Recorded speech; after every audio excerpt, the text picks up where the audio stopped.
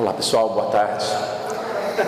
Obrigado pelo carinho do aguardo. Espero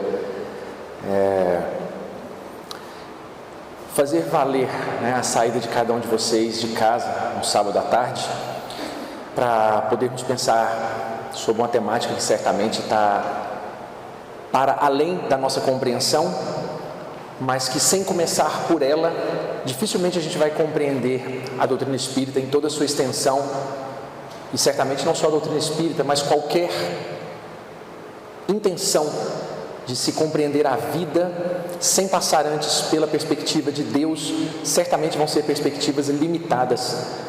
Então não é sem razão que nós começamos o curso básico com essa estrutura, com essa temática. Então reitero aqui meu agradecimento, pedindo-lhes perdão por esse pequeno atraso. Eu acho que as perspectivas de reuniões presenciais ainda precisam ser retreinadas, por nós todos, em questão de tempo, deslocamento, saída. Antigamente, há pouco tempo, era de um link para outro, era muito rápido. Então agora nós temos um trânsito, temos complicações de alguma ordem.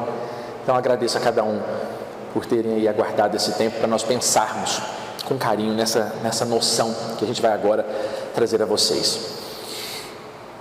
Eu me lembro do padre Fábio de Mello contar certa vez uma história em que ele pediu ao seu pai que lhe desse uma referência sobre Deus, e que ele entendeu que na prática esse Deus estava sempre no começo das coisas.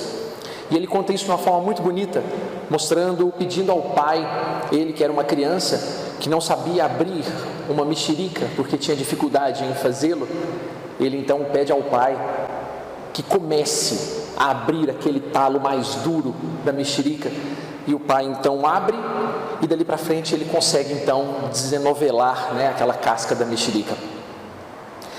E daí para frente, na vida toda, ele sempre pedia então ao pai dele, físico: pai, começa o começo, me ajuda a começar. E daí para frente, todo o restante era compreendido e ele conseguia então fazer. A noção mais simples de Deus para nós passa por essa situação que o padre contou a respeito dessa experiência. Porque no final das contas, o que nós vamos ver, a relação do ser, conforme a doutrina espírita nos traz, é sempre essa de que Deus não nos falta nem no começo e nem no fim, mas especialmente para iniciar, Deus é sempre presença. Por isso, nós vamos ver aqui, é dito que Ele é causa primeira ou causa primária de todas as coisas, sem exceção. Nada veio antes. E se quando pensarmos assim, mas e Deus? Quando começou? Deus não teve um começo, porque se Ele teve um começo, antes dele havia alguma coisa. E se havia alguma coisa antes de Deus, então não foi criada por Deus. Então Deus, obviamente, não seria esse Deus onipresente em toda a eternidade. Então vejam que isso vai muito além da nossa condição de raciocinar, de imaginar. Mas os Espíritos já nos disseram que nós não vamos entrar nos detalhes, porque somos incapazes ainda de fazê-lo, mas o que está à nossa alçada, compreender, nós vamos essa tarde aí certamente fazer uma espécie de viagem por esses caminhos. Tá pronto aqui? Tá? Eu só não consegui liberar, precisa de sua digital. Eita, uma chiqueza, né? Você puxa aqui para mim esse fio aqui, tá? Vou colocar essas imagens aqui pro pessoal, que acho que foram mais... Então puxa só para mim, para cá. Obrigado, Iura. Apenas para a gente poder caminhar com uma imagem que talvez facilite um pouco.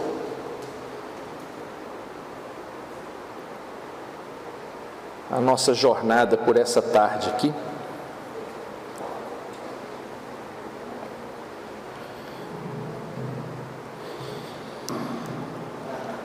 Então aí está, quando Kardec questiona então os espíritos, que é Deus?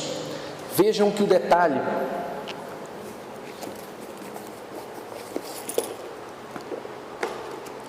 em O Livro dos Espíritos, Kardec não pergunta quem é Deus, porque já tinha-se uma noção muito clara de que isso não poderia ser personalizado.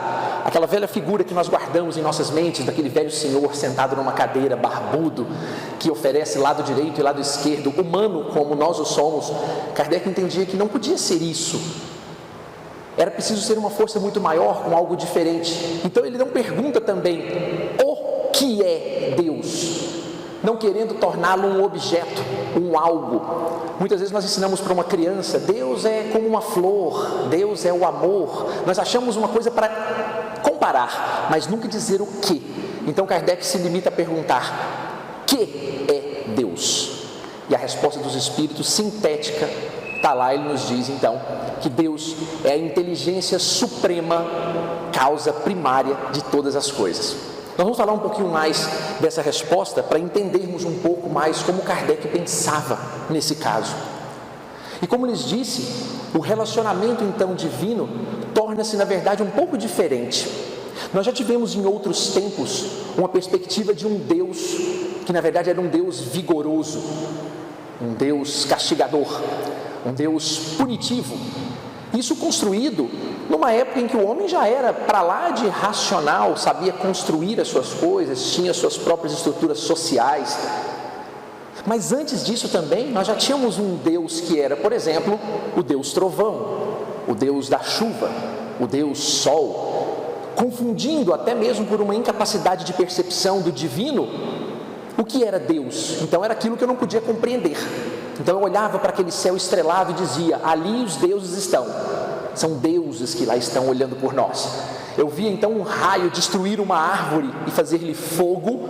Era esse o Deus trovão que eu não tinha condição de pensar.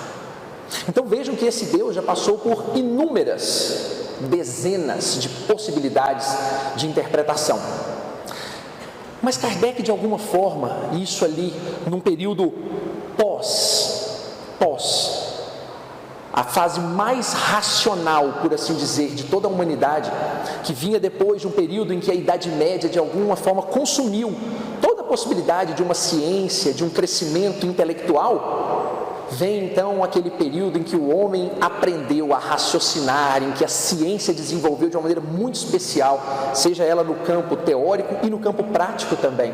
Nós descobrimos ali, no período que vai a partir do ano de 1600, 1700, nós descobrimos grandes remédios, nós descobrimos grandes equipamentos, nós fizemos grandes transformações, a ponto de chegar nos anos de 1800 nós termos máquinas a vapor, motores, e o homem então começa a descobrir que na prática nós não precisávamos de Deus, porque o homem era capaz de fazer coisas incríveis.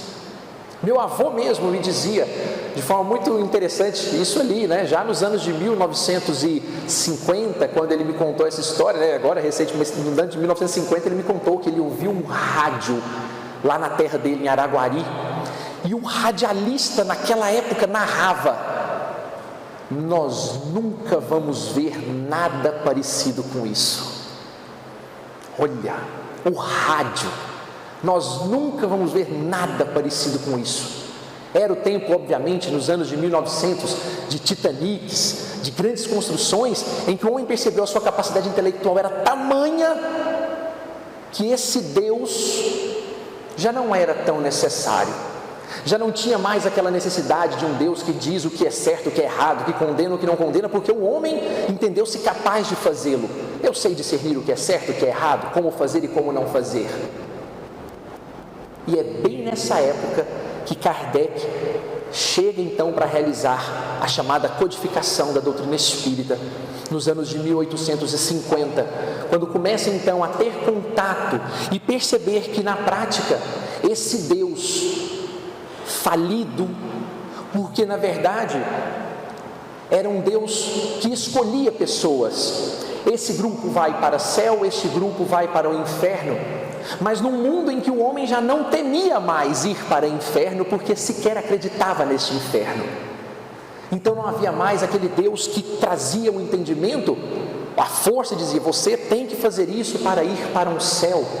Para uma multidão que não acreditava em céu ou não confiava nisso, pouca diferença faz um Deus que separa. Então havia nesse período um perigo, porque o homem se afastava naturalmente por seu orgulho em assumir que Deus era muito maior. É aí que Kardec entra e começa então a conhecer. E esse conhecimento leva então a uma descoberta incrível. Porque no final das contas, ele vai trazer uma outra proposta, uma via diferente. Porque nós já tínhamos o chamado Deus religioso, esse que vinha de uma esfera, na verdade, construída pelos homens, em que nós dizemos que esse Deus, então, como lhes disse, ele tem esse vigor de dizer quem vai para o céu, quem vai para o inferno. É o Deus que pune, que diz que se a pessoa, na verdade, tem um problema, ela vai para a boca de um bicho, como diz no texto bíblico, numa grandiosíssima parábola. E os homens entendiam aquilo como verdadeiro e realidade, então entendiam esse Deus também como um Deus místico, um Deus que é impossível de você compreendê-lo, mas é uma questão de fé, não precisa nem tentar compreender, apenas sujeita-se a essas regras.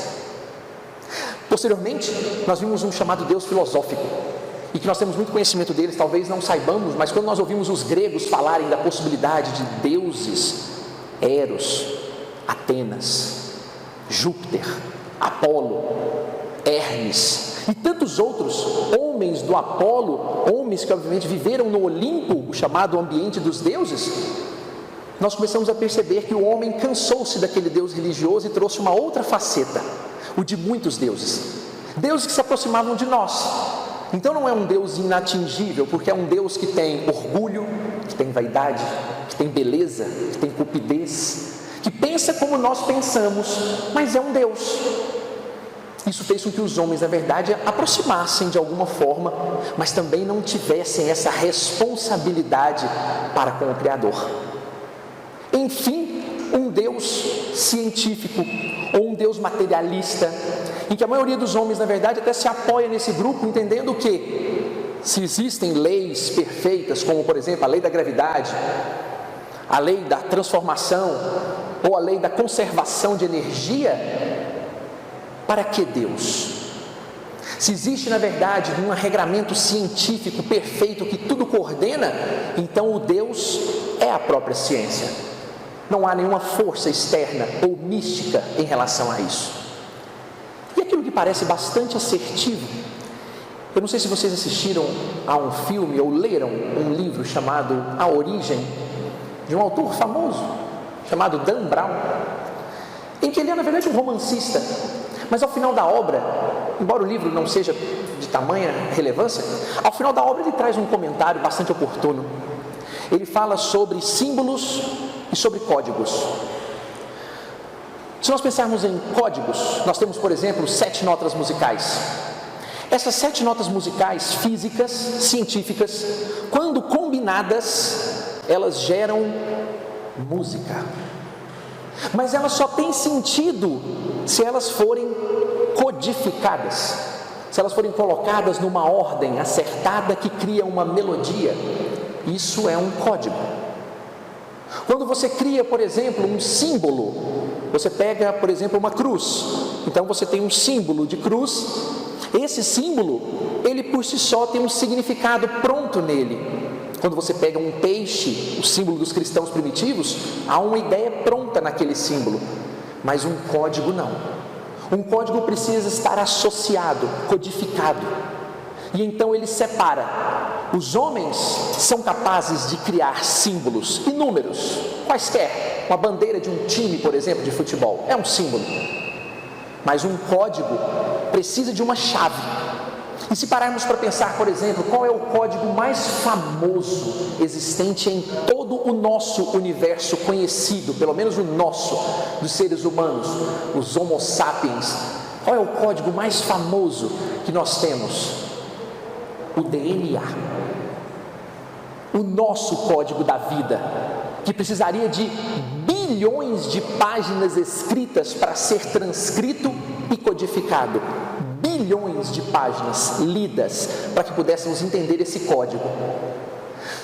Se por trás de um código é preciso haver uma inteligência suficiente para construí-la, quem é a inteligência que construiu, por exemplo, o nosso DNA? Se dissermos que foi o acaso, estaremos aceitando a possibilidade de que então as coisas podem acontecer ao bel prazer, independente de uma força que na verdade as coordena para isso.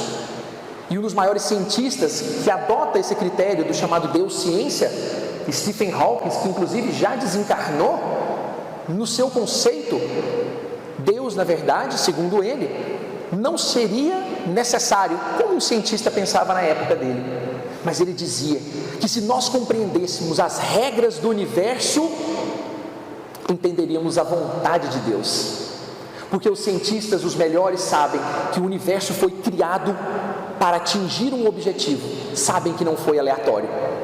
Então, com toda essa perspectiva, Kardec então vem, compreende as três perspectivas existentes e nos remonta a uma ideia clara, para já bater de cara com os cientistas: o Deus do acaso não existe. Como dizia Einstein há um tempo, Deus não joga dados, não faz de um mero acaso e sorte as coisas acontecerem. Mas há uma certeza, e é onde Kardec mostra então uma nova perspectiva, trazendo aquilo que ele mesmo diz que é uma espécie de axioma ou regramento: para todo efeito inteligente, certamente haverá o quê? Uma causa inteligente.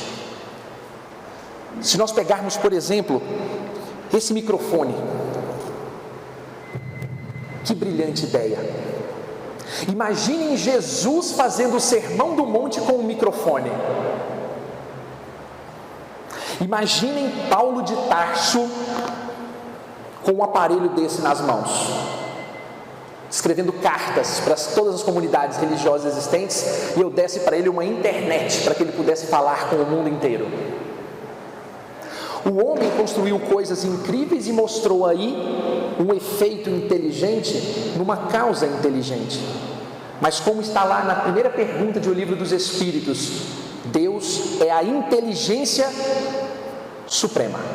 E além disso, causa primária, ou seja, se não foi Deus que fez este microfone, quem criou este microfone certamente foi feito por Deus.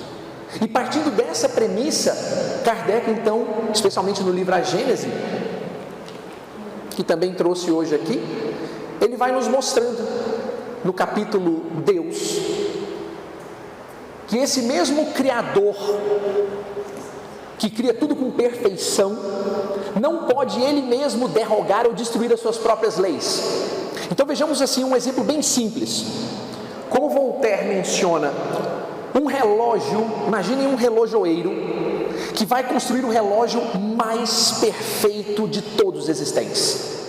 Ele constrói um relógio que não se atrasa. Hoje o homem consegue construir um relógio que basicamente não se atrasa, o chamado relógio atômico. Na verdade, a marcação do tempo é com micro fótons, que ficam, na verdade, em constante movimento para nunca permitir qualquer atraso perceptível aos nossos equipamentos de hoje em um relógio. Imagina um relógio desse perfeito, na sua estrutura, não atrasa, é a melhor obra criada. De repente o relojoeiro, para dizer que ele tem poder, para mostrar que ele é incrivelmente poderoso, ele vai lá, por exemplo, e atrasa o relógio, por sua própria conta. Há algum sentido em você pegar uma obra perfeita e você destruí-la, ou atrasá-la, ou estragá-la, para mostrar que você é mais perfeito ou mais poderoso do que sua própria obra? Tem sentido isso? Parece que é um tanto estranho. E é partindo desse exemplo que Kardec então nos mostra: se toda a criação é perfeita, a obra é pura e perfeita, não haveria razões nenhuma para, por exemplo, haver alguma fuga a essa regra. Então, se eu soltar, pegar o meu celular, eu não vou fazer esse teste aqui agora porque o celular talvez não seja o melhor objeto, mas se eu soltar esse celular aqui ao solo, alguém tem alguma dúvida do que vai acontecer? Meu relógio vai levitar nesse momento, ele vai voar, ou ele vai cair. Todo mundo tem assim certeza nesse momento que se eu soltar ele vai ao solo. Eu também tenho, por isso que eu não vou testar. Mas se aqui no chão nós tivéssemos, por exemplo, uma máquina de vapor ou uma máquina de ar potente o suficiente para não permitir que este celular caia, vocês concordam que ele talvez ficasse levitando aqui por um tempo? Isso diria que a lei da gravidade foi destruída nesse momento? Não, né? A lei da gravidade continua existindo, mas uma outra força aplicada a ela garantiu que ela ficasse aqui levitando, nesse exemplo bem simplesinho. Foi assim que Kardec, na verdade, percebeu que aquilo que nós chamamos, por exemplo, de milagre, não são, na verdade, fenômenos ainda inexplicáveis às nossas técnicas científicas, mas que certamente Deus, que criou todas essas leis, saberia dar a cada uma delas explicação, bastando que chegássemos ao tempo da maturidade e conseguíssemos fazer isso. Resumindo, não há acaso. Kardec simplesmente veio a esse tempo dizer que esse Deus é um Deus que coordena, e que nesse sentido o que ele fez para nós foi criar um tratado sobre Deus em 13 perguntas contidas em O Livro dos Espíritos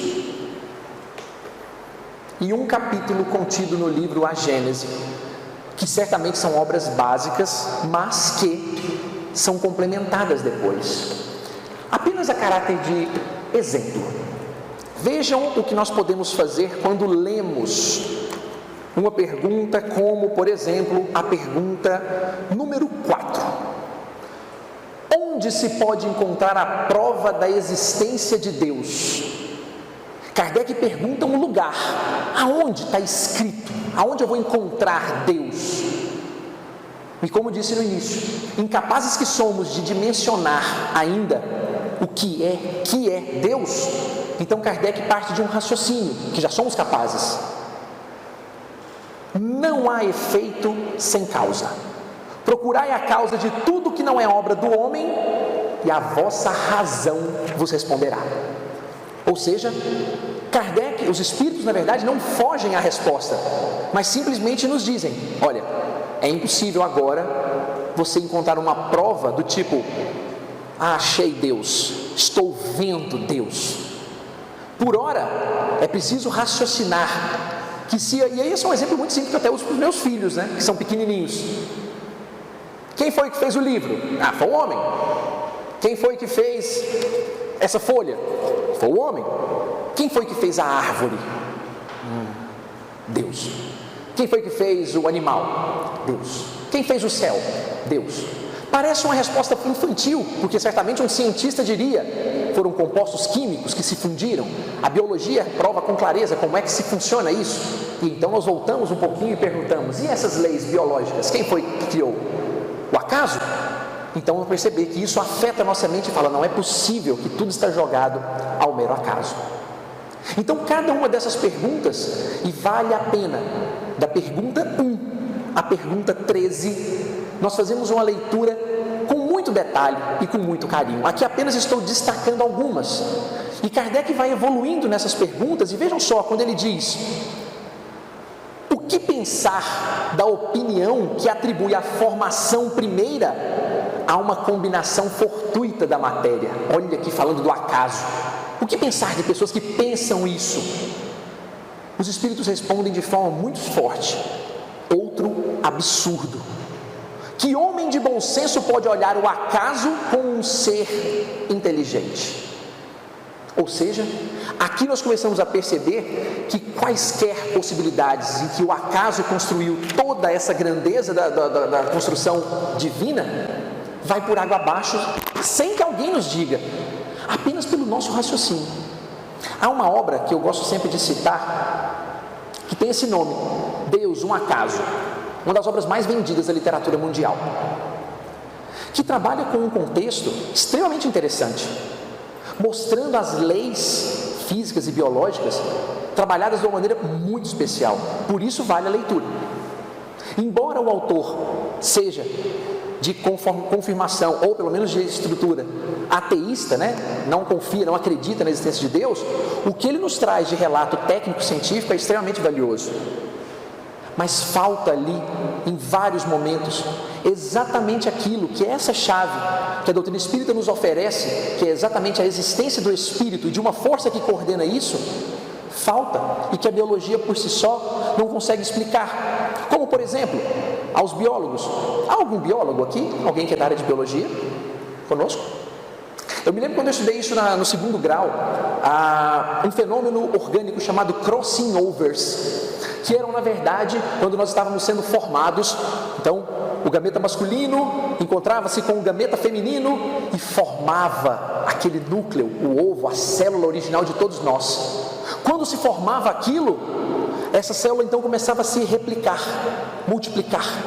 E nessa multiplicação, os dados do DNA previstos em cada uma dessas células, dessas moléculas, começavam então a se dividir e replicar 50% de pai, 50% de mãe, até formarmos todos nós aqui.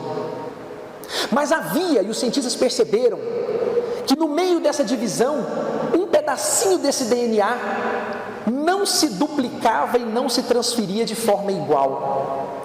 De forma aleatória, essas porções de DNA se misturavam e traziam novas combinações, como por exemplo um filho que nasce de olho claro com os pais e nunca viram outra pessoa de olho claro, ou que nasce com algum problema genético que nunca apareceu numa geração anterior e aquele primeiro foi, parece que, escolhido aleatoriamente para poder fazer isso. E o aleatório permanece como uma espécie de milagre. E vamos então à obra de André Luiz, Missionários da Luz, quando ali Alexandre, um dos orientadores de André Luiz, e vocês vão ter a oportunidade de ouvir muito sobre esse espírito, por conta das obras magníficas que trouxe para complementar essas obras básicas. Alexandre então mostra como os aspectos genéticos são trabalhados por leis que ainda serão estudadas por cada um de vocês, especialmente quando falamos de reencarnação, lei de causa e efeito e a interferência dos espíritos nas questões humanas. Ali Alexandre vai deixar claro que aquilo que a ciência ainda hoje pensa que há alguma casualidade, não há. Há, na verdade, uma estrutura muito bem montada, exatamente porque não há lei que não resguarde tudo o que a gente espera que aconteça. E aí essas leis pertencem, obviamente, à criação divina. Então fica aqui o convite para que nós possamos ler essas questões de 1 a 13 e o capítulo 2 do livro A Gênese, para que possamos entender com maior clareza. Hoje não vou fazer aqui uma leitura, apenas estou introduzindo, anunciando a importância delas. Mas algo nessas questões merece um pouco da nossa atenção: os atributos de Deus.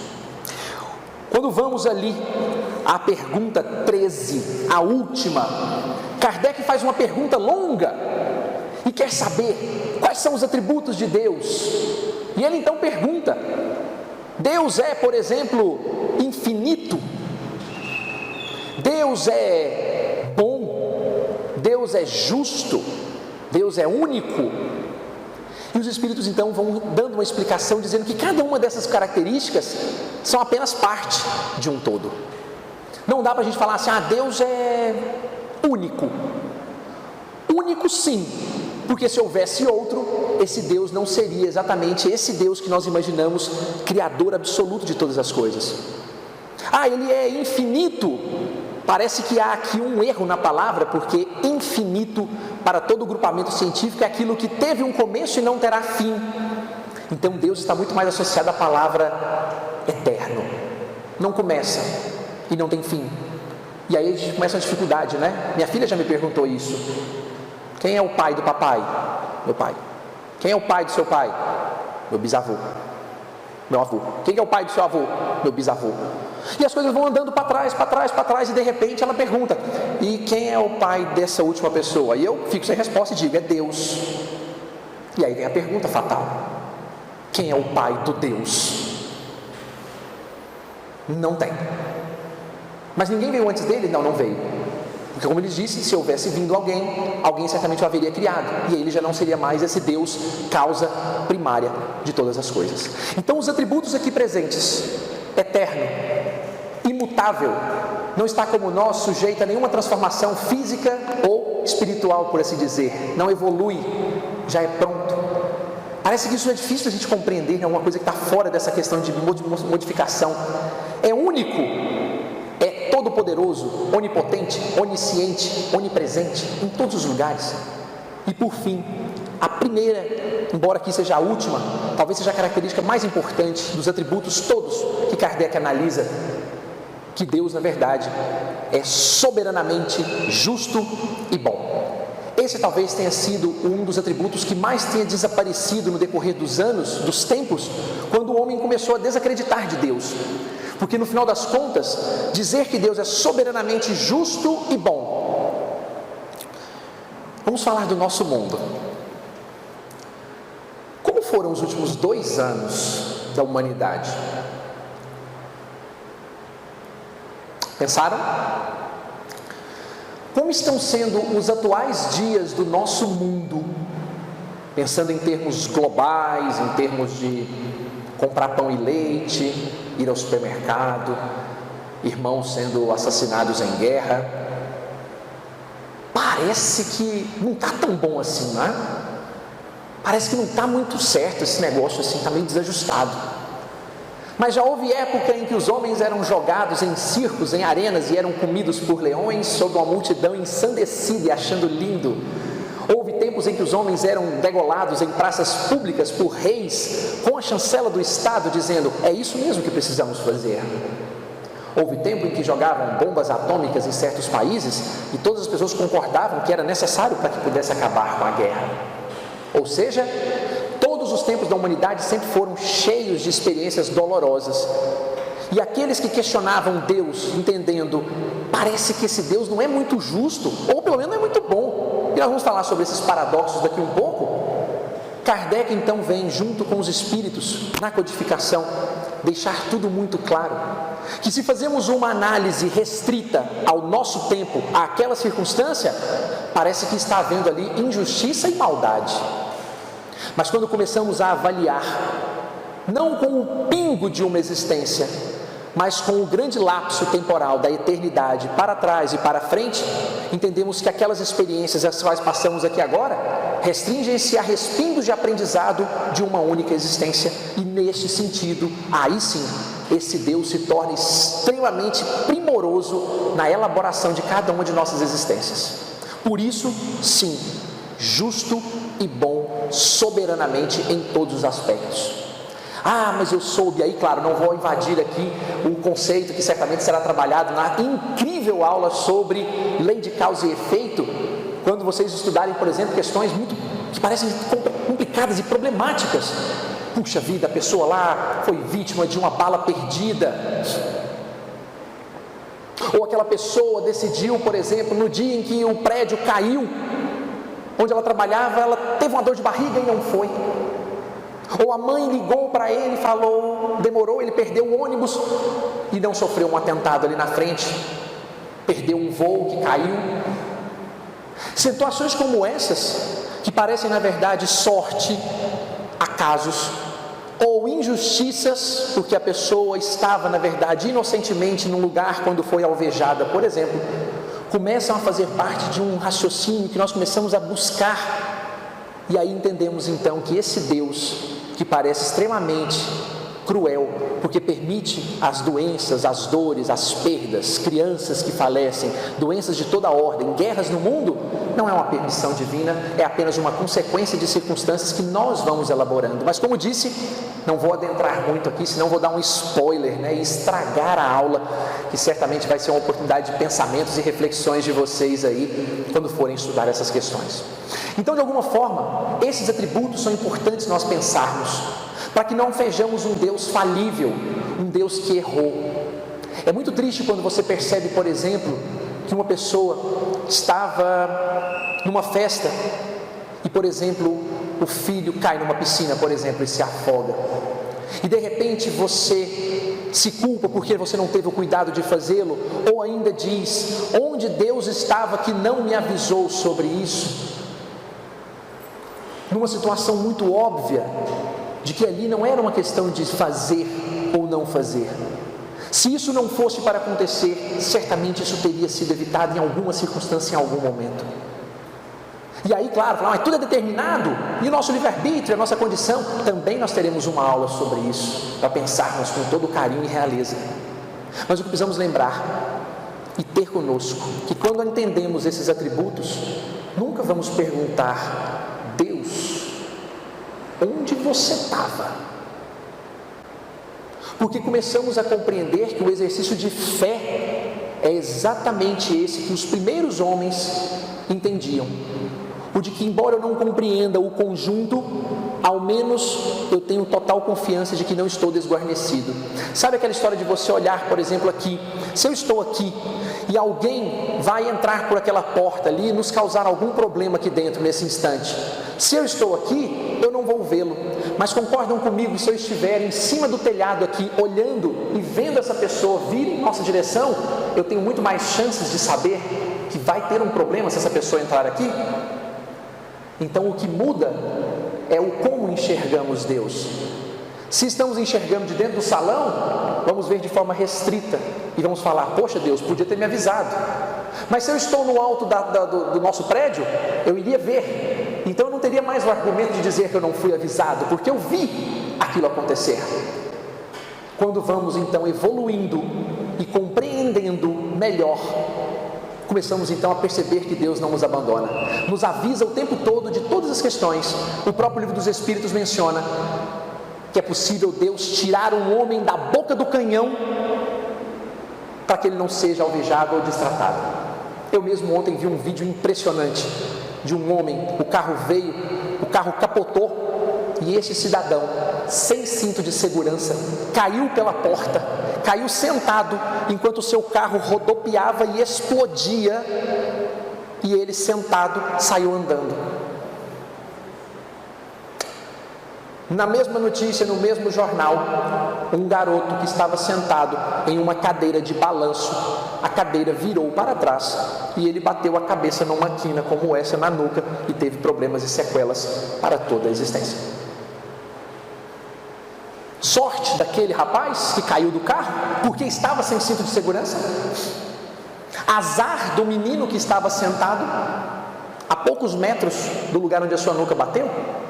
Se começarmos a avaliar a vida sob essa perspectiva, entendemos que certamente Deus está de brincadeira conosco.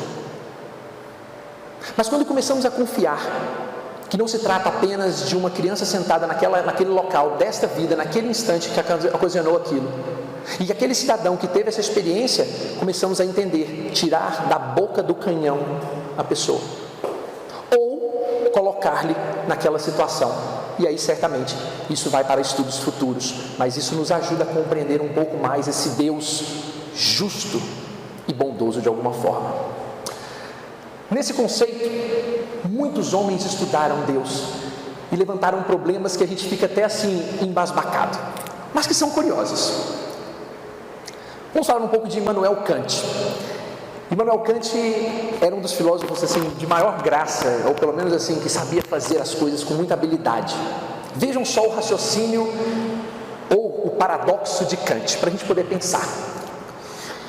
Deus pode criar uma pedrinha desse tamaninho assim, pequenininha? O que vocês acham? Deus pode criar uma pedrinha bem pequenininha? Bem pequenininha mesmo, pode? Tranquilo, né? Deus pode criar uma pedra do tamanho desse livro aqui? Por essas leis, né? Não é que Deus vai lá, pega e faz. Eu digo assim, pelas leis divinas ele pode criar uma pedra dessa. Deus pode criar uma pedra do tamanho de um asteroide, por exemplo. Deus pode criar uma rocha do tamanho do planeta Terra, por exemplo. Uma rocha imensa, gigantesca. Sim. Parece que partindo desse conceito nós entendemos que Deus pode tudo. Não é isso? Deus é onipotente, pode tudo. Deus pode criar uma pedra tão grande, mas tão grande, que nem Ele mesmo consiga carregar. Agora é a hora do cuidado com a resposta. Porque se dissermos, sim, Deus pode tudo e pode criar essa pedra, que nem Ele mesmo consegue carregar, logo Deus não pode tudo, então Ele não é Deus. E se dissermos, não, Ele não pode criar essa pedra. Se Ele não pode criar esta pedra, então Ele não pode tudo, logo, Ele também não seria Deus. Por conta desse paradoxo, Immanuel Kant foi expulso das faculdades onde ele dava aula, faculdades cristãs à época, porque os reis entenderam que ele era um herege. Mal sabiam eles o bem que Immanuel Kant estava fazendo, proporcionando àqueles homens naquela ocasião. Mas não vamos parar, não vamos falar agora da resposta que Kant dava, não. Vamos pensar em Epicuro. Epicuro um pouco mais antigo. Epicuro dizia aos gregos: se Deus é bom, então Ele entrega bondade às pessoas, Ele faz bem às pessoas. Então, se eu pego, por exemplo, uma situação de uma pessoa que está passando fome nas ruas, Deus oferta, por exemplo, comida a esse ser. Ele está ofertando bondade, está ofertando cuidado.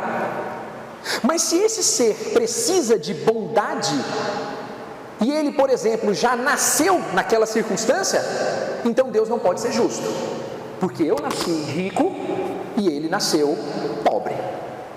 Então, se Deus é bom comigo, porque me deu tudo, Ele não pode ser justo ao mesmo tempo, porque se Ele me dá e não dá para o outro, falta-lhe o critério da justiça.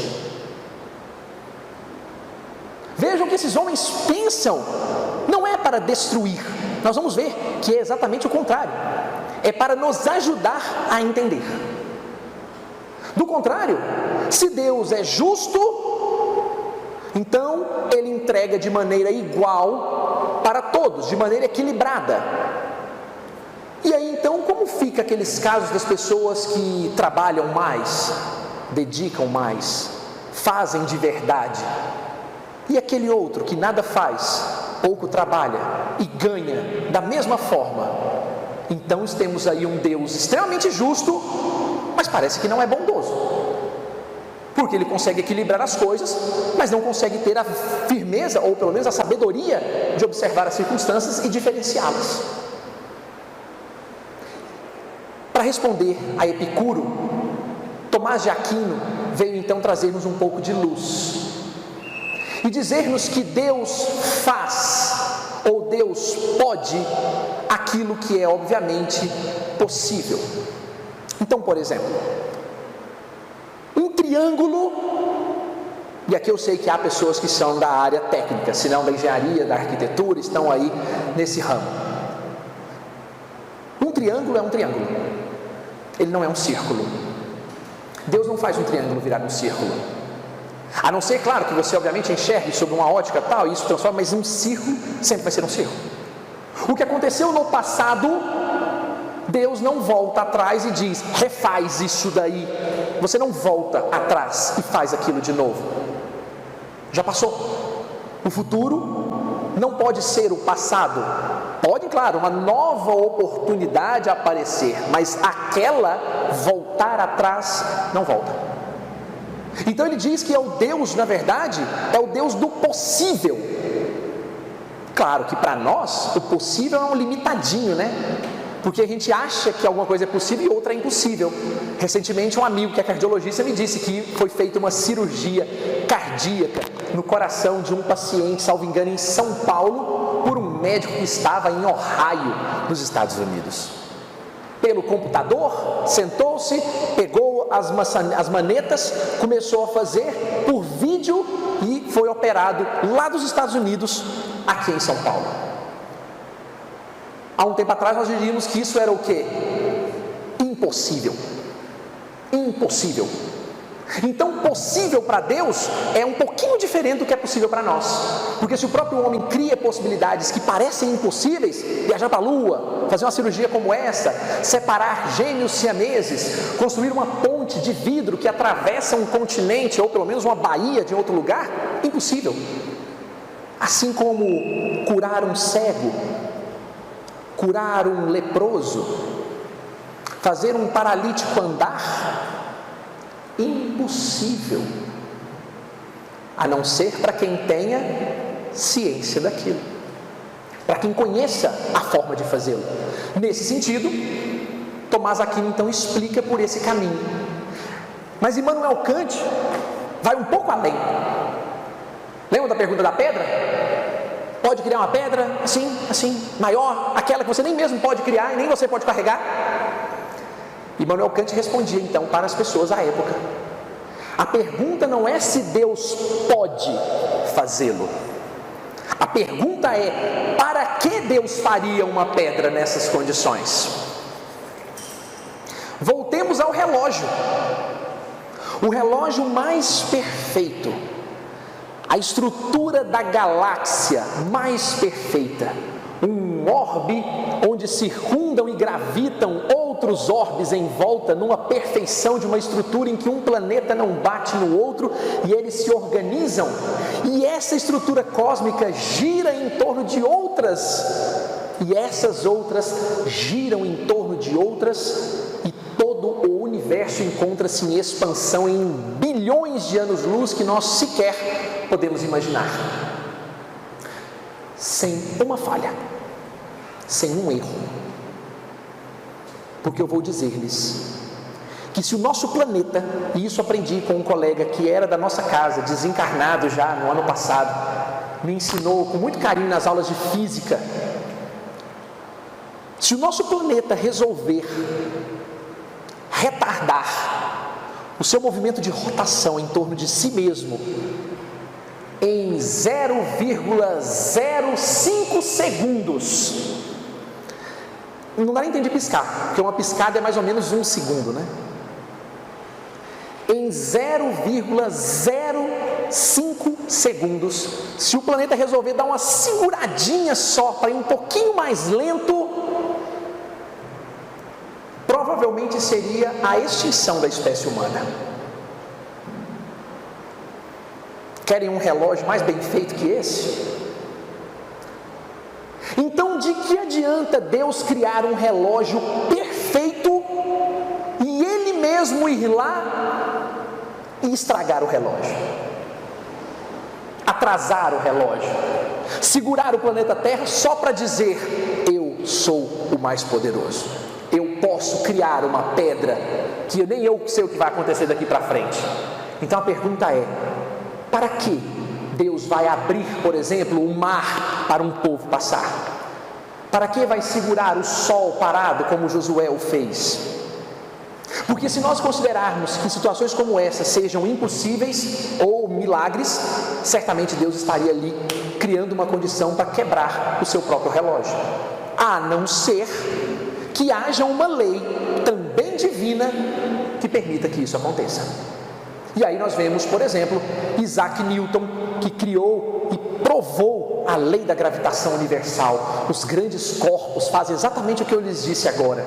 Pela força da gravidade, o Sol atrai a Terra atrai o Sol na mesma proporção, né? Obviamente inversamente aí as suas massas, e elas conseguem fazer esse bailado de forma perfeita.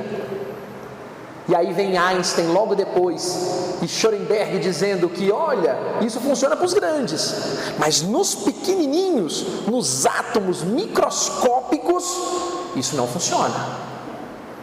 Ali é a teoria da incerteza, para a época dele, porque os cientistas de hoje já têm certeza de onde cada átomo vai estar. O que era impossível para um, torna-se possível para outro. Então Kant pergunta: para que Deus vai criar algo que obviamente derroga sua própria estrutura? E aí nós começamos a pensar, certamente, qual o objetivo de criar, por exemplo, algo que atrapalhe? E aí nós começamos a ver esse mundo e falar: gente, mas tem tanta gente que atrapalha o mundo, dificulta as coisas, complica tudo. Certamente não é uma criação divina, as coisas que fazem. Mas aquele ser, e aí vocês vão estudar isso em livre-arbítrio, não vou tratar disso hoje, começam a entender que no final das contas, Deus cuida de tudo. E aqui me permitam contar-lhes algo que eu aprendi nessa casa. Acho que foi a primeira coisa que eu aprendi nessa casa. E certamente vocês já devem ter escutado isso em algum momento. Não há uma folha que caia de uma árvore sem que Deus o saiba. Foi a primeira coisa que eu aprendi nessa casa aqui, na evangelização infantil. isso lá nos idos de 1980. Pode falar esses anos aqui? Pode, né? Lá por 82, 83, quando eu entrei aqui nessa casa pela primeira vez, não era essa casa, era uma outra na ocasião. Uma professora aqui de evangelização me disse isso. E eu nunca esqueci aquela frase porque eu fiquei pensando, eu não tinha tanta, assim, talvez não tivesse estudado tanto quanto hoje, mas tem tanta coisa. Eu escutava falar sobre outras galáxias, bilhões de anos-luz, a perfeição da ciência, da criação. E eu ficava assim, Deus vai cuidar de uma folha caindo de uma árvore seca lá no outono? Ou Deus está muito desocupado, ou eu não estou sabendo interpretar bem essa informação. E o recado era exatamente a dizer-nos: sim, Deus coordena tudo isso por meio de leis, e algo que logo mais cada um de vocês vai ter a oportunidade aqui de estudar com um pouquinho mais de afinco, mas me permitam fazer apenas uma brevíssima introdução sobre o que Kardec e os Espíritos nos ensinaram sobre o chamado fluido cósmico universal. Uma espécie de elemento no qual todos nós estamos imersos e que nos aproxima dos seres mais afastados de toda a galáxia, porque é apenas um único elemento material em todo o universo. O nome fluido nem sempre é o mais adequado. Cientistas, até colegas nossos do ambiente espírita sempre dizem que é o termo que Kardec tinha, mas dá-nos uma noção muito clara de que é mesmo uma espécie de fluido no qual estamos imersos e que por meio dele nos conectamos a tudo, a todos e a Deus especialmente.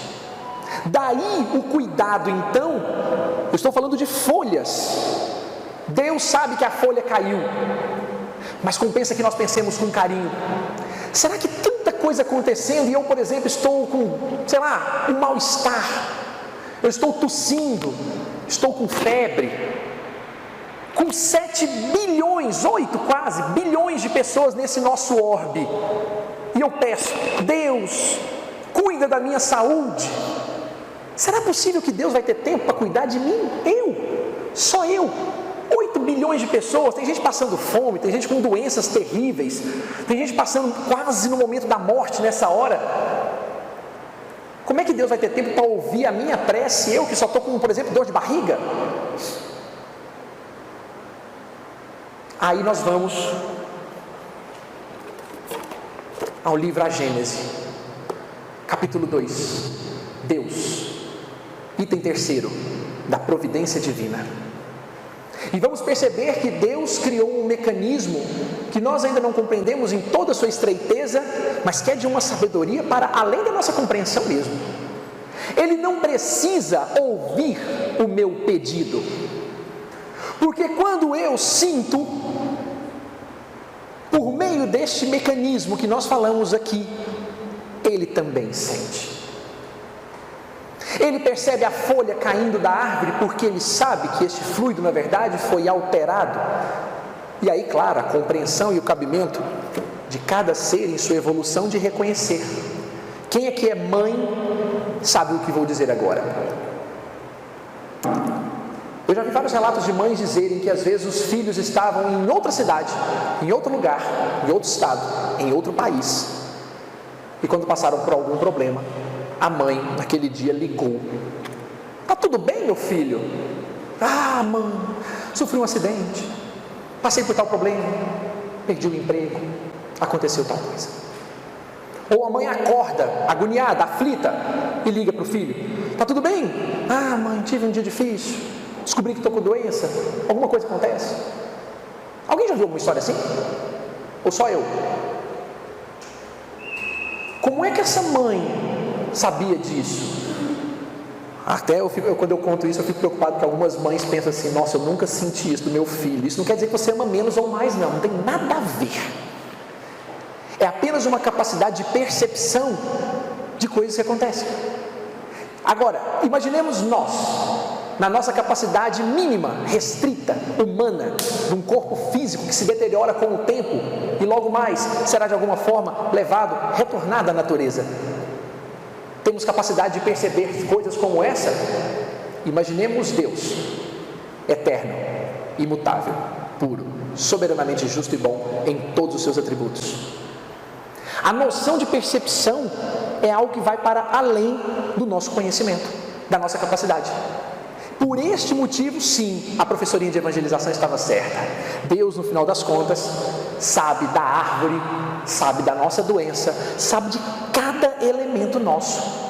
E é por isso e por esse motivo que Deus interfere. E aí eu digo Deus no sentido de dizer que nós, conhecendo um tanto mais desse Pai, e aí nós vamos falar um pouco mais sobre essa ideia do Pai amoroso, à medida que vamos nos conhecendo um pouco melhor, começamos a encarar os dilemas da vida também com um tanto mais de sabedoria, porque percebemos que no final das contas, não existe mais aquele Deus que castiga, que pune, que fala assim, você fez isso. No meio espírita mesmo, é muito comum nós ainda ouvirmos de forma equivocada, você está fazendo isso, você vai para o umbral, você vai para o inferno. Mas não existe o inferno. Mas você vai para um lugar muito ruim. Como se Deus ficasse fazendo seleção por coisas que nós estamos realizando aqui, no 1 para 1, né?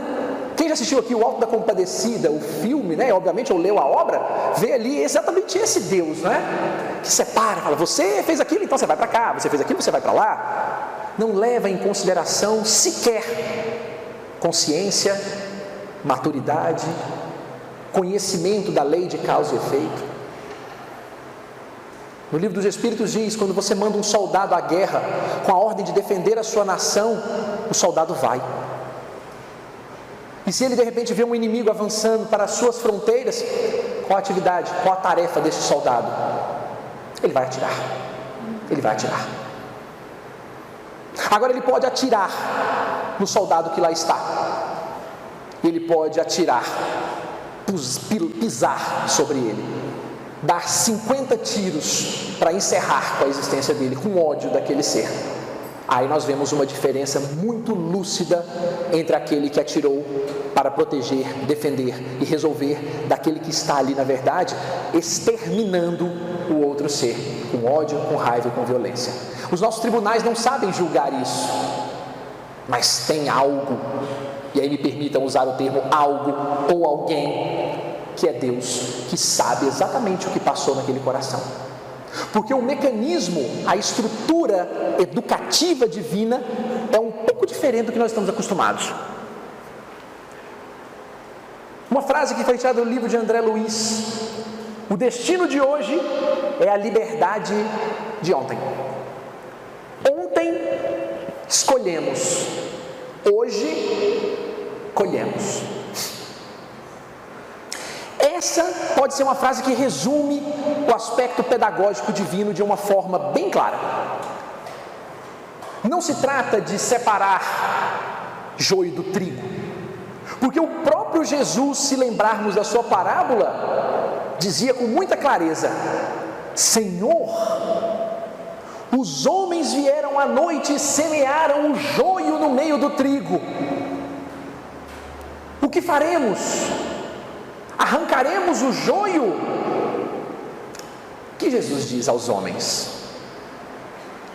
Aguardai, deixai crescer o joio e o trigo, para então, quando grandes forem e reconhecidos forem, separarem o joio do trigo.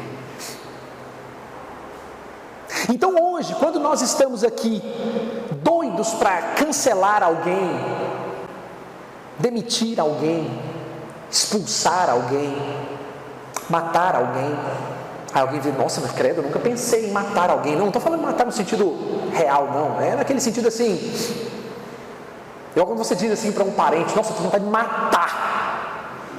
Você não quer matar, é uma força de expressão. Você quer eliminar de alguma forma o defeito, aquilo que a pessoa tem. Diria Jesus para você: calma, filho, espera o joio amadurecer um tanto mais, E se preciso for, se esse próprio joio não secar pela força do trigo, que a raiz do trigo há de exterminar esse joio, você vai lá então num outro momento e arranca. Você arranca seus próprios joios, não do outro. Então, nesse conceito, a gente consegue perceber então que tudo que nós estamos passando agora não é outra coisa senão um mecanismo educacional proposto por Deus nesse sentido, de semeadura, de tempo de semeadura e tempo de colheita. Quando perguntamos, por que comigo, Deus? Eu tive uma experiência de uma amiga muito querida, e certamente situações como essas são comuns, até demais, muitos passam por elas, mas eu me lembro bem que essa amiga tentou engravidar por 7 anos, não conseguia de jeito nenhum, começou então a enveredar em todos os testes possíveis, e fez então todos os tipos de tratamentos possíveis, desde congelamento, a fertilização in vitro, tudo que estava ao seu alcance, gastou rios de dinheiro e não conseguia de jeito nenhum. Naquela ocasião então, depois de tudo isso, cansou, desistiu e foi tocar a sua vida. E sempre disseram para ela, vai firme, sem contar as oportunidades que teve de abortos naturais no iníciozinho das gravidezes em que ela começava. Quando ela desistiu de tudo isso, ela então engravidou, quase 10 anos depois. Engravidou e continuou firme na gravidez. Fez inclusive, embora não tivesse muito estardalhaço, comentou com a família, todo mundo se empolgou demais. E entre o 7º e o 8º mês, infelizmente, uma gravidez foi novamente interrompida por um processo natural, com 8 meses. Naquela ocasião, ela teve a certeza absoluta, e eu me lembro bem de olhar nos olhos dela quando então conversávamos, e dizer-me, Rômulo, Deus entendeu que eu não posso, ou eu não tenho condições de ter um filho biológico agora. Quando ela falou a palavra Deus, a primeira coisa que me veio na cabeça, assim, que ela começou a falar, eu falei assim, Deus não existe, Deus me odeia, Deus não me quer, Deus está me punindo. E ela disse para mim, Deus então entendeu e eu entendi. Hoje, Cibele tem 3 filhos, adotados, todos 3. E todas as vezes que eu falo com ela, ela diz para mim que é incrível como é que Deus fez ela ter 3 filhos sem ter tido nenhuma barriga. Como é que foi o descaminho para que isso acontecesse de uma forma em que ela antes entendia como uma punição e foi entendendo como um processo de educação. E que agora, no exercício materno de 3 filhos, ela tinha condições de exercer um amor que ela tinha certeza, lá no começo, ela não tinha a menor maturidade para fazê-lo. Muitos vão dizer, puxa vida, que fé, que força. Na verdade, o que Cibele fez foi compreender um tanto, porque nós não sabemos, e sequer ela mesma sabe, toda a extensão de tudo isso. E em cursos básicos como esse, eu também não gosto de trazer, pelo menos não no início, os relatos que envolvem questões como essa, que muitas vezes são trazidos pela lucidez e a consciência de mensagens, por exemplo, espirituais, que falam sobre questões como essa. Para que a gente possa aos poucos ir amadurecendo aquilo que eventualmente muitos dos homens não tiveram. Porque se pensarmos bem, poxa, e antes da doutrina espírita, de pensarmos em questões como essa daqui, não tinham pessoas que lúcidas, que raciocinavam isso? Mas é claro que havia. É claro que havia. Um deles, até me permito colocar aqui, um trechinho da obra das melhores possíveis. Aqui está um livro que eu gosto de selecionar alguns livros na minha vida e falar assim, olha, vamos fazer uma força para não desencarnar sem ler esses. Um deles é um que eu estou até fazendo uma releitura agora, chama-se Paulo e Estevão, obra comum, um clássico no meio espírita, porque conta a história belíssima de Saulo de Tarso convertido e de Gesiel transformado em Estevão posteriormente, uma das obras mais incríveis que já li na vida, converteu inclusive amigos que vieram para dentro dessa casa depois de fazer a leitura. Tamanha intensidade e o vigor da fé daqueles homens que não conheciam nada disso que nós estamos falando aqui, mas estudavam a lei de Moisés e a lei divina da lei mosaica e compreendiam os relacionamentos de amor com uma profundidade que nós hoje, muitas vezes aqui com tudo que sabemos, não sabemos transformar. Mas por que eu estou mencionando Santo Agostinho no livro Confissões? A maioria dos espíritas conhece Santo Agostinho por causa das belíssimas mensagens trazidas tanto no livro dos Espíritos quanto no Evangelho segundo o Espiritismo. São mensagens de uma clareza. Santo Agostinho desencarnado foi um dos espíritos que mais colaborou com Allan Kardec na codificação, coordenando os espíritos junto com São Luís, São Paulo e outros tantos homens de grande estrutura aqui no planeta, desencarnados e colaborando com isso no mundo espiritual. Mas para não pegarmos uma mensagem de Agostinho desencarnado, fiz uma opção de escolher um trechinho do seu livro Confissões. É outro livro que merece uma leitura com dedicação. Mas esse, já lhes adianto, não é aquele livro que você pega para ler e fala assim, que delícia. Sabe criança, quando você oferece o primeiro livro para ele e não tem uma figura e a criança fala assim, cadê a figura? Confissões é algo nesse sentido. É um livro espetacular, mas ele precisa de ser lido e compreendido. Não basta ser só lido, não basta pegá-lo e falar assim, vou dar uma sentada aqui e vou ler no ônibus, por exemplo. Estou indo para o trabalho e vou lendo. Não compensa. É melhor tirar um tempo, nem que seja 2 minutos antes de dormir. Aí alguém vai dizer, não, quando eu vou dormir não é uma boa hora também para eu poder ler livro nenhum. Tirar algum tempo. Me permitam, embora não seja da minha predileção, mas me permitam ler esse pequeno trecho, porque aqui Agostinho faz, na verdade, uma menção a uma pergunta clássica no seio religioso, especialmente da sua época. Onde está Deus? Lembra que a gente fez aquela pergunta ali atrás, né? Onde está a prova de Deus?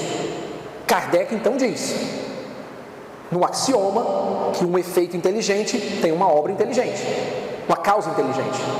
Se você está vendo uma coisa que não foi o homem que fez, e é perfeita, é sábia, é uma construção que não tem condição do homem ter feito, então uma inteligência maior que ele o fez.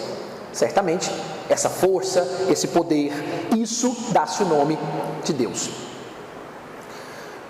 Embora eu tenha perguntado aquela hora, e antes de fazermos essa pequena leitura, se houver alguém da área de biológicas aqui, já ouviram falar da chamada sequência Fibonacci? Alguma vez isso bateu a porta de alguém aqui? Um cientista italiano descobriu uma proporção, uma regra áurea, em que tudo que você consegue dividir, e aí ele vai mostrando as divisões, não vou entrar em detalhes aqui. Ele percebeu que essa estrutura, essa combinação, e ele usou triângulos, usou estruturas simétricas, pegou, por exemplo, flores, pegou caramujos, pegou coisas da natureza e percebeu que, geometricamente falando, todas elas, inclusive as elipses dos globos que circundam o Sol, por exemplo, seguiam uma proporção perfeita e idêntica.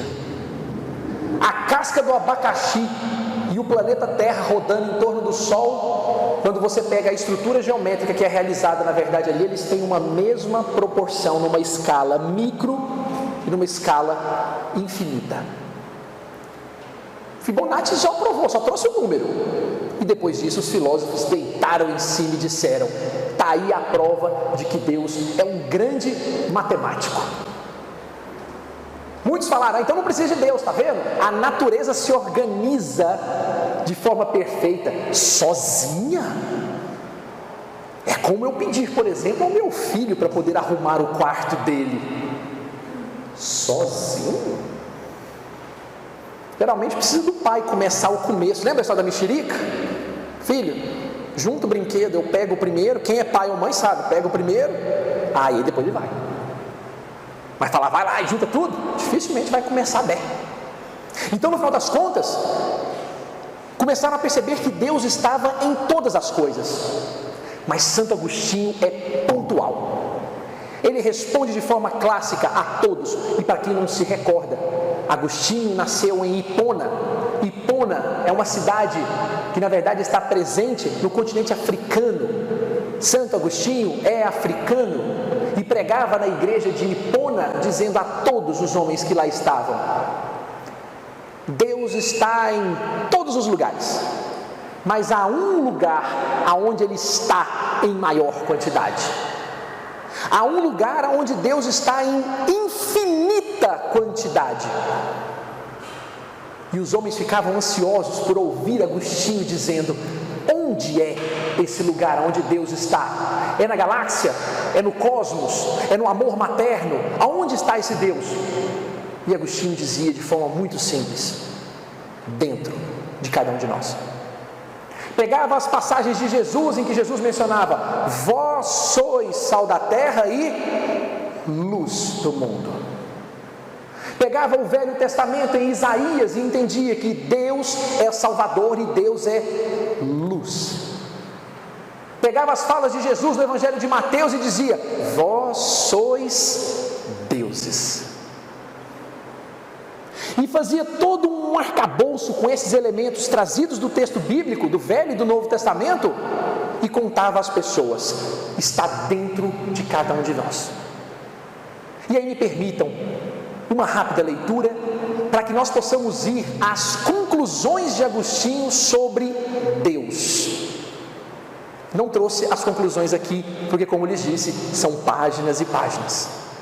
Me permitam a leitura breve disso aqui.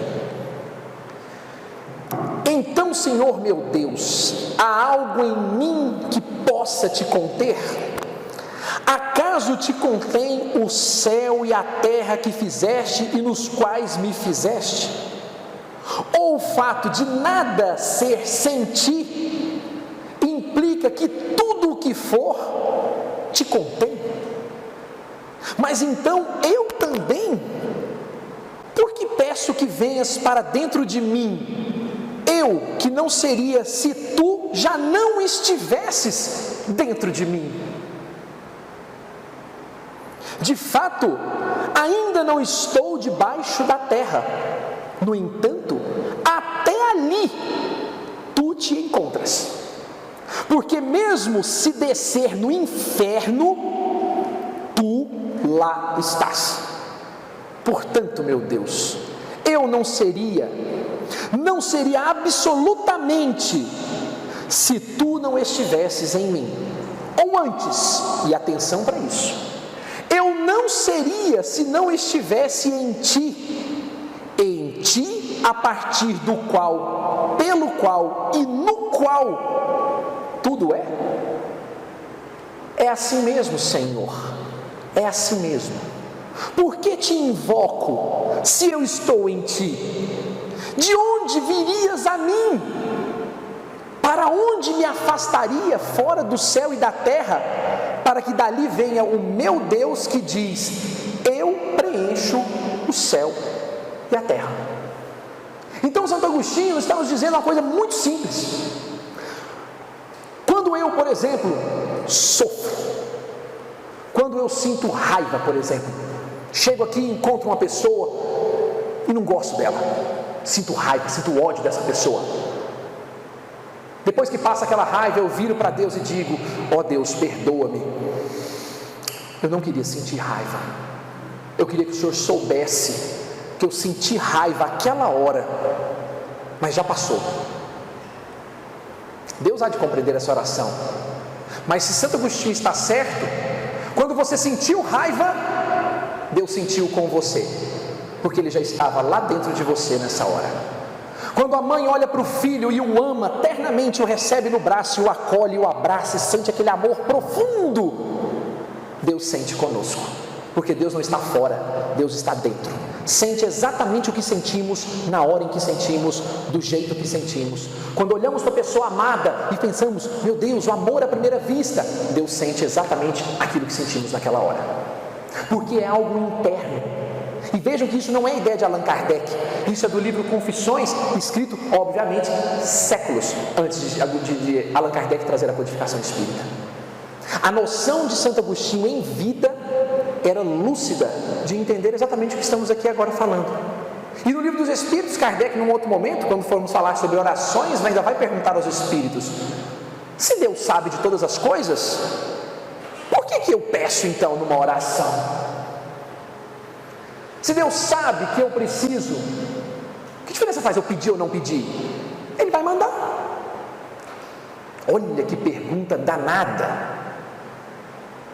que envolve Deus.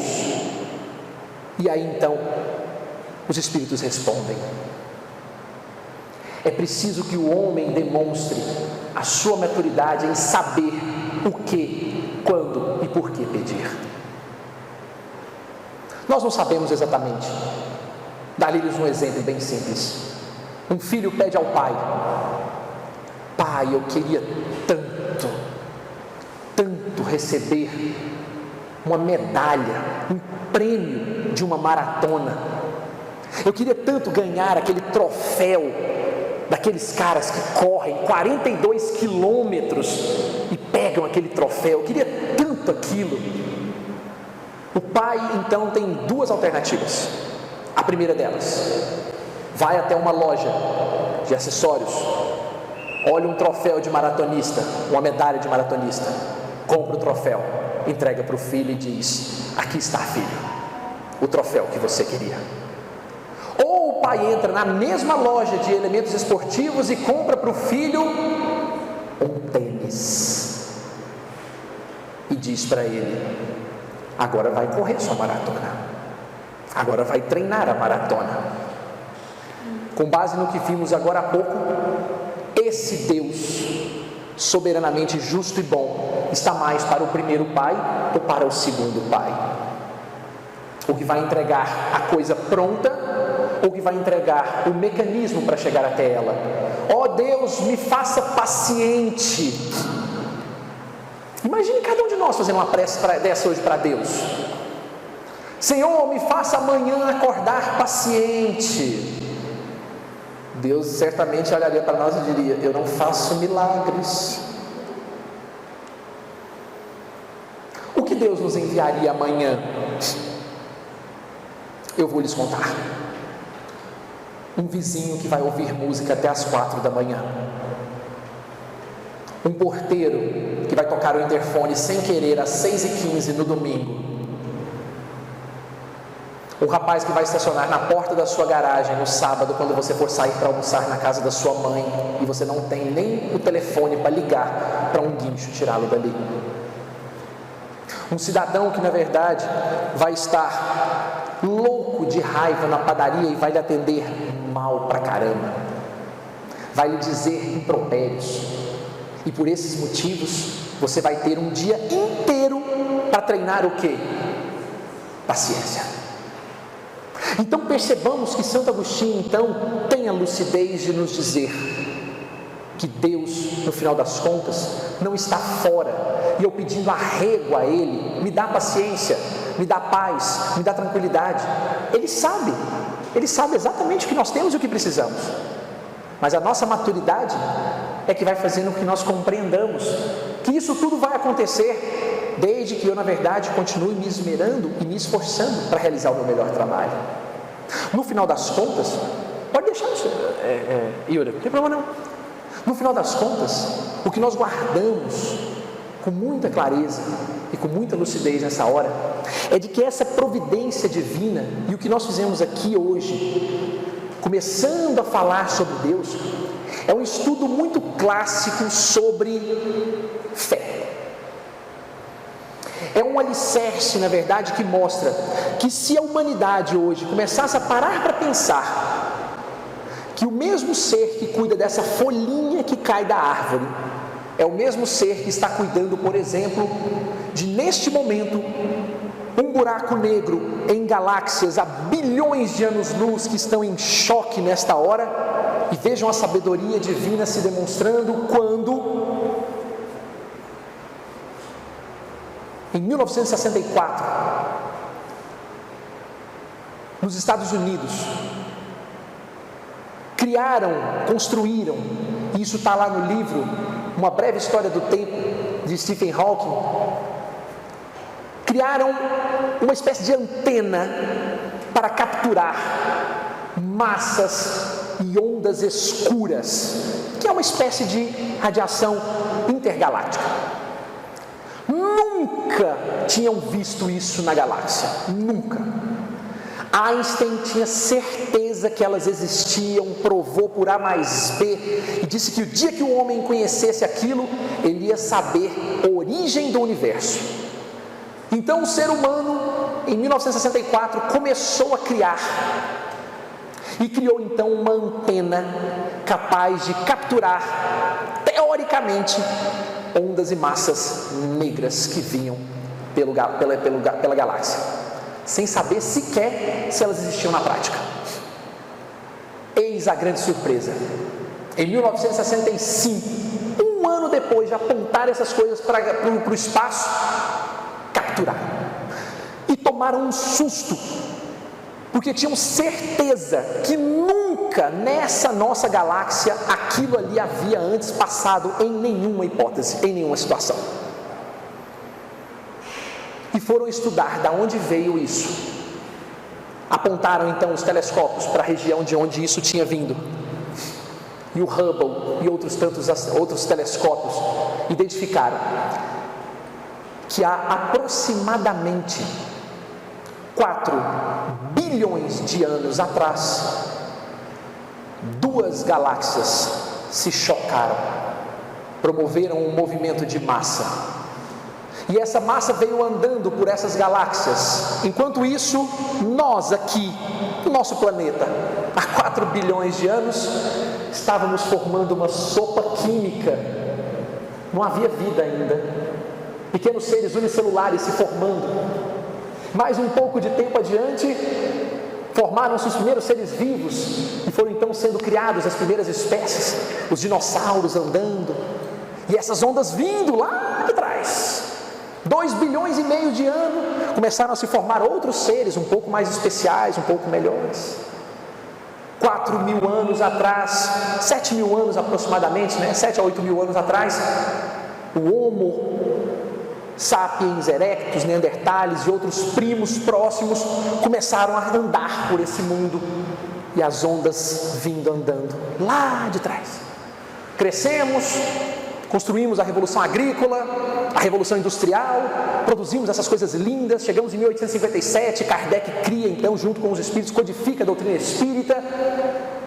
Em 1900, aproximadamente, Einstein prova que existia essa massa negra, mostrando que nela estava a resposta para a criação e a origem do universo. Em 1964, o homem cria a antena.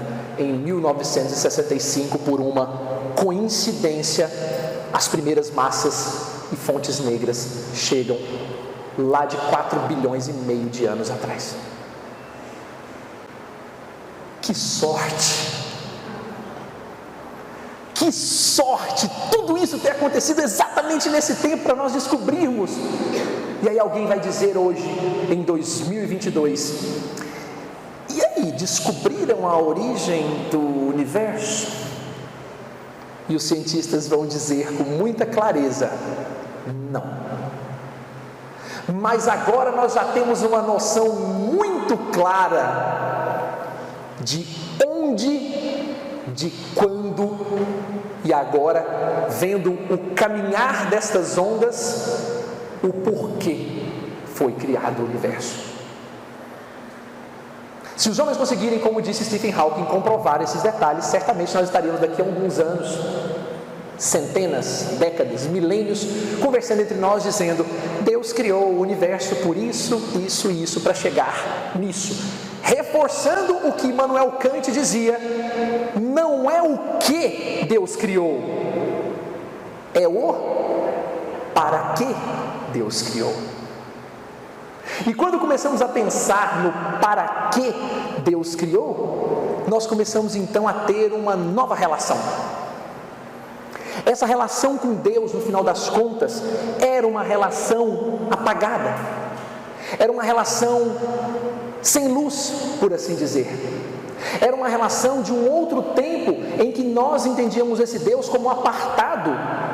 E agora nós olhamos esse Deus como alguém que vive conosco. Então se perguntamos, para que Deus criou, sei lá, o universo, o planeta, o orbe? Para que Deus criou o dente siso? Para que Deus criou o apêndice? E quando começamos a descobrir os paraquês, uma pergunta nos move e nos faz pensar em uma diferença nessa relação com Deus. Para que Deus criou eu? Você, sua mãe, seu irmão, 8 bilhões de pessoas neste planeta e outros, segundo estimativas, outros 12 ou pelo menos 20 bilhões já desencarnados nesse mundo, numa proporção progressiva, e em outros orbes a bilhões e bilhões de quilômetros de distância, onde certamente haverá outros habitantes também. Para que Deus criou cada um desses? Eu vou dar-lhes a melhor resposta que eu ouvi depois de ter lido um tanto, especialmente de grandes filósofos, sobre esses porquês. Platão fala sobre isso no Banquete, outros grandes homens falam isso nas suas obras. Fernando Pessoa diz um tanto disso nas suas obras.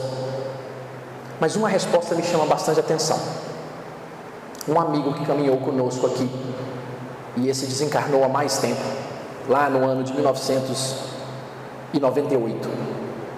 Antes de desencarnar, na época, com 20 e poucos anos, nós falávamos sobre isso, e ele me deu uma resposta que na época me pareceu bastante lúcida, e hoje, depois de alguns anos, e até depois de ter lido muito mais do que naqueles anos eu ainda tinha tido a oportunidade, ele me disse que Deus criou cada um de nós para dar a Ele a oportunidade de exercer a maior, mais incrível e mais encantadora das coisas a se fazer: amar.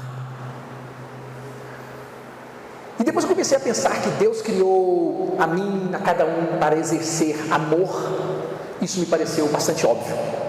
Para mim, foi encantador e suficiente. Comentei isso com um grande amigo, cientista também, muito dedicado à academia, e ele falou: mas só para isso? E eu na hora então não tive a força, mas perguntei-lhe depois: e para que mais seria necessário? E ele não soube me responder. Mas comecei na verdade a perscrutar sobre isso, e aí descobri que no final das contas, essa relação luminosa, essa relação de nós verdadeiramente entendermos como se Deus estivesse dentro de nós, me faz entender que eu estou nesse mundo aqui para, no final das contas, amar também. E não é amar só a pessoa, amar minha mãe, amar meu amigo, meu irmão, meu pai, minha esposa, não. É amar o que eu faço, amar o ato de acordar de manhã e realizar as coisas que faço, fazer as coisas com verdadeira devoção, com entrega profunda, pois eu me sinto parte, na verdade, de uma estrutura que eu hoje não consigo compreender, mas se eu realizo bem a minha atividade, nós vejamos aí filmes e pessoas que falam, por exemplo, sobre essas chamadas correntes do bem, em que você faz o bem aqui, isso, numa espécie de efeito borboleta, se propaga ali na frente, trata bem o Uber que te conduz, e esse Uber também te conduzirá bem uma pessoa na sequência, e fará bem a outra ali na frente, e assim por diante. Essa noção de encadeamento nos falta. Nós não temos a noção de onde vai parar. Mas aí quando vamos, por exemplo, às obras de Emmanuel, um dos benfeitores que mais auxiliou Francisco Cândido Xavier na sua abençoada mediunidade, há uma centena de obras, mas eu menciono 5 em especial, que valem a pena nós pararmos para avaliar como que esses desencontros e os encontros da vida passam pela oportunidade de amar. O livro Renúncia, em que na verdade cartas escritas de forma atabalhoada fazem com que uma família santa, sagrada, se desmonte por completo por conta de vaidade, cupidez, e a gente percebe que o reenlace disso tudo passa por coisas que a gente não imagina. Então Renúncia nos mostra exatamente o que nós não entendemos, o relato claro e óbvio de que um gesto de ódio pode trazer consequências na colheita educativa para muito além da nossa compreensão. Mas a semeadura de amor também proporciona a adoção, por exemplo, de 3 filhos adotivos depois de uma experiência dolorosa com a própria capacidade de ter filhos. No chamado inimaginável, desconhecido, nós começamos então a compreender uma relação luminosa. E então vamos ao livro Paulo Estevão, que mencionava agora há pouco, em que aquele cidadão, na verdade, foi colocado para trabalhar nas galés. Estevão, sofrido, e foi parar na casa do caminho, a casa dos apóstolos, somente porque o desencontro, a dor e a tristeza o colocaram naquela condição. A relação luminosa dele, confiando de que estava no caminho, que ele precisava na verdade vencer mais aquele obstáculo, o colocou em contato com a sabedoria de Jesus, e depois tudo o que ele fez se tornando o primeiro mártir do cristianismo. Quando vamos ao livro Ave Cristo, o terceiro, dessa grande sequência que Emmanuel nos traz, vemos ali um pai que pede para nascer e cuidar do filho. Então lhe é entregue 100 anos para que ele pudesse então colocar o filho no caminho. Ele nasce, cuida desse filho, mas não consegue em nenhuma existência fazê-lo. Desencarna e volta. E vai ser colocado na figura de uma criança que se aproxima desse filho já mais velho. E por esses encontros e desencontros, caminhos e descaminhos, a relação luminosa deste pai, a relação luminosa deste pai o faz, no final das contas, perceber que todas as experiências duras e difíceis que ele passou eram, no final das contas, para colocá-lo colado naquele pai. Então, quando começamos a visualizar, e vamos lá em há 2000 anos, ou 50 anos depois, que são obviamente os 2 primeiros livros dessa sequência, há 2000 anos e 50 anos depois, nós então começamos a perceber que o senador romano Públio Lentulus, cheio de energia, vaidade, orgulho, a sua relação com o divino era uma relação simplória, era uma relação apenas momentânea. Deuses de barro. E quando encontra-se então com Jesus e passa por uma experiência dolorosa, no final de sua vida converte-se então de alguma forma pedindo perdão a Deus, e somente na outra existência, no livro 50 anos depois, agora não mais como o senador, agora como o escravo, Nestório. O escravo então reconhece em si as durezas da vida, mas descobre que no final das contas são elas que vão torná-lo um ser melhor. Então o que nós estamos passando hoje, voltando ao que falávamos lá no começo, parece que o mundo está meio torto, está meio confuso, está meio bagunçado. E se o mundo não está, a nossa casa às vezes está. Meu casamento está em dificuldade, meus filhos são um problema, meu trabalho não me traz felicidade. As dificuldades que eu passo, na verdade, são imensas. Todos os dias acordo certa hora do dia e passo por problemas todas as horas. Quando começarmos a entender que está tudo atrabalhoado, essa nova relação com Deus nos faz pensar aquilo que, obviamente, uma das frases mais encantadoras nas obras espíritas nós vemos como isso também vai passar. Mas que nem precisamos lembrar exatamente dessa estrutura nos livros espíritas em que vemos Emmanuel falar sobre isso e Joana de Ângeles também. Vamos lá na década de 60 ouvir os Beatles dizerem let it be, let it be. Deixa passar, deixa passar. E ali Paul McCartney fala que Maria aparece e diz aos homens, deixa passar. Mas quando nós estivermos em trevas, segundo a própria letra da música, é o nosso esforço que vai fazer passar. Então essa nova relação com Deus reforça o que Jesus nos dizia. E é onde eu encerro essa conversa com vocês hoje, lembrando então que quando Jesus nos disse, vós sois deuses, não era para estimular em nenhum de nós a vaidade em dizer-nos que somos maiores do que ninguém, mas simplesmente porque fomos, na verdade, criados para servir, para amar. E é exatamente isso que vem lá no Livro dos Espíritos, quando então perguntado, será capaz o homem de compreender a natureza divina? Resposta simples: não com a vossa evolução, não com este aparato que nós temos de 5 sentidos tão simplórios, tão pequenininhos,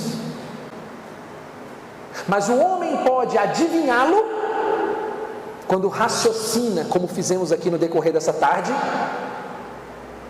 ou senti-lo, que aí se trata daquelas questões de inspiração, da presença divina, quando então entramos em sintonia com a natureza, com o Pai, fazemos uma yoga, fazemos algo que nos coloque, nos conecte com a natureza, com Deus, nós o sentimos e o adivinhamos quando olhamos a grandeza do universo, quando percebemos massas negras caminhando na galáxia, quando vemos, por exemplo, um ser humano ser capaz de fazer coisas incríveis, quando compreendemos que a ciência que hoje descobrimos já existia desde sempre, faltava-nos ainda ferramentas e maturidade para chegar.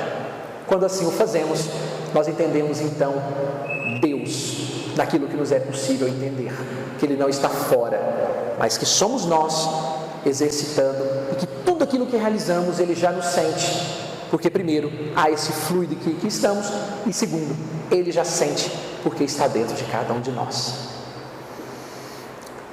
Eu espero de verdade que isso possa ter sido um início. Já vou abrir a palavra para a senhora, nós temos um tempinho ainda para algum comentário, não temos? Mas eu queria, assim, sinceramente, que hoje tenha sido uma espécie de despertar intelectual para todos nós, porque está aí um tema que não se esgota, não se esgota. Sempre nós vamos ser questionados sobre a sabedoria de Deus, a bondade de Deus, a justiça de Deus. E quando alicerçamos isso firme dentro de nós, nós finalmente mudamos muito a nossa relação com a vida, a ponto de então, neste mesmo salão, um amigo, dando uma palestra, perguntou a uma plateia bastante grande naquela ocasião: quem aqui acredita em Deus? O salão inteiro levantou a mão, e ele então disse: será possível que somente eu aqui não acredito? Eu me lembro que o dirigente de nossa casa à época, o senhor Eurípides, quase que desencarnou ao fundo do salão quando escutou o nosso amigo perguntando isso. E ele então disse: depois de tudo que vi, ouvi, li e estudei, eu não posso simplesmente acreditar em Deus, porque se eu acreditar apenas em Deus, alguém há de me provar o contrário e eu vou desacreditar. Eu sei que Deus existe. Eu não acredito. Eu sei, porque isso já interiorizou de uma tal forma que nada é capaz de desmontar ou desfazer essa sensação de saber, de sentir Deus de verdade. Pois não, senhor? Eu gostaria que você esclarecesse quais os 5 livros de Emmanuel. Pois não. Eu não falei deles na ordem, mas os cinco romances históricos de Emmanuel são apenas 5. Renúncia, não nessa ordem, né? Na sequência: Renúncia, Ave Cristo, há 2000 anos, 50 anos depois, e Paulo e Estevão. Paulo e Estevão. Deixei esse por último, porque certamente esse é, como eu lhes disse, é um livro que não compensa a gente desencarnar sem lê-lo antes. Ele é capaz de promover mudanças significativas na nossa alma, nessa compreensão com o divino. Alguém gostaria de fazer alguma pergunta, algum comentário? Eu gostaria muito, assim, e aqui no curso básico está aí a Yura, seu Walter, Cristina, Leonardo, que esteve com vocês na semana passada, e outros colegas que vão auxiliar nesse estudo. vão elaborar formas diferentes desse trato, fazer grupos de estudo. Eu até pensei em fazer isso, mas eu queria muito que essa noção nossa de Deus permeasse todos os estudos que vão vir daqui para frente. Quando ouvimos falar sobre pluralidade das existências, pluralidade dos mundos habitados, mediunidade, reencarnação, lei de causa e efeito, livre-arbítrio, começarmos a pensar em tudo isso, nunca perdendo esse raciocínio básico sobre Deus, sobre a relação minha com Deus e minha com os homens, que isso na verdade é uma extensão de Deus nessa tarefa. Deus não necessariamente vai aparecer para alguém e dizer, como fez a Saulo de Tarso: muda de vida, Saulo, por que me persegues? Vai mandar talvez você lá na casa do colega que está passando uma dificuldadezinha, dizer para ele: levanta, cara, vamos viver. Deus vai te inspirar e você, aberto, divino, naquele instante, vai tomar a providência de amá-lo de alguma forma. Leia esse livro, faça isso, vamos sair para passear, e aí nós vamos evitar suicídios, crises depressivas, problemas de toda ordem, guerras, quem sabe. A gente reclama dos países que guerreiam e matam e massacram, mas nós nos esquecemos que nós também massacramos as pessoas dentro de nossa casa, quando as humilhamos, quando batemos nos filhos, quando criamos condições duras de relação no ambiente de trabalho. Nós estamos fomentando a guerra sem perceber. Mas quando entendemos essa relação nova, passamos a pensar: eu sou um pouquinho de Deus aqui na terra. E aí eu já começo a evitar a briga, a bronca, o disparate, a confusão. E isso vai fazendo com que, obviamente, tudo isso vá se estruturando. Ah, mas isso não vai corrigir o mundo, não. Certamente. Mas aí nós lembramos de Teresa de Calcutá. O oceano está lá. Nós somos gotas. Sem uma gota, o oceano já não é mais o mesmo. Então nós vamos continuar colocando gotas nesse oceano. E é por isso que certamente nós começamos aqui falando sobre Deus. Eu espero do fundo do coração que não lhes tenha tomado o tempo, a vida de vocês nesse intervalo aí de 1 hora e pouquinho que estivemos juntos à toa, mas que siga daqui para frente com uma nova noção. Ao sair ali, já começar a olhar as pessoas, os desconhecidos, os familiares, os mendigos na rua, qualquer um, com um pouco de diferença, imaginando que somos todos, na verdade, filhos de Deus, e há, mesmo naquele que passa pela dor e a angústia, soberana justiça e bondade, assim como conosco também, que nos permitiu estar aqui no sábado à noite para conversarmos sobre Deus, quanto tanto certamente estão bem afastados desse conceito nessa hora.